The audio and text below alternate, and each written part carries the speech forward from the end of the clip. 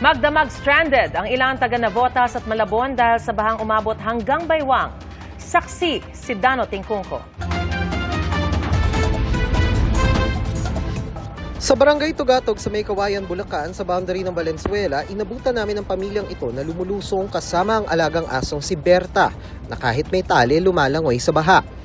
Maliban sa suot nila, wala silang nasalbang gamit sa bahay na inubos daw ng baha kagabi.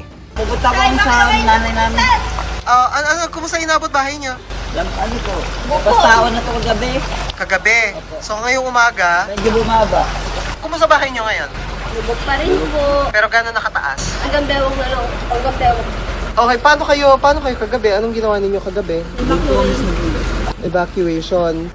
Partidang bumaba na ang baha sa mababaw na bahagi ng kalsadang ito pero sakit pa rin sa ulo ang tubig na ayaw pa rin tuluyang humupa. Gano'ng kataas inabot kagabi? Nga dito, Bewang mo. Okay, kumusta kayo kagabi? naglikit na yung mga sasakyan namin doon. Patuloy scaffold yung mga gamit namin. So ngayon medyo okay na pala to. Mabuti raw hindi na nakisabay ang high tide pero marami pa rin mga saradong tindahan at napeperwisyong residenteng hindi makagalaw ng malaya dahil sa hanggang binting taas ng tubig. Sa magkabilang dulo ng barangay Tansa 1 sa Navotas at Hulong Duhat sa Malabon, ganito pa rin ang sitwasyon sa mga kalsada.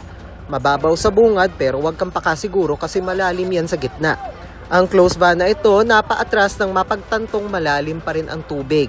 Ang mga bangkang ito smash hit pa rin sa maraming ayaw o hindi pwedeng lumusong sa tubig. 50 pesos lang. Hindi pa kami umuwi. Kumbaga sa bangko kami natulog doon sa office namin. Mataas naman yung bahay. Ang problema lang ipag-uwi. Ito, suot namin kahapon pa ito. Ayaw namin maglusong kasi nga leptospirosis, di ba? Kumbaga medyo takot rin kami. Yung family namin nasa bahay. Safe naman sila. Para sa GMA Integrated News, ako si Dana Tingkungko ang inyong saksi.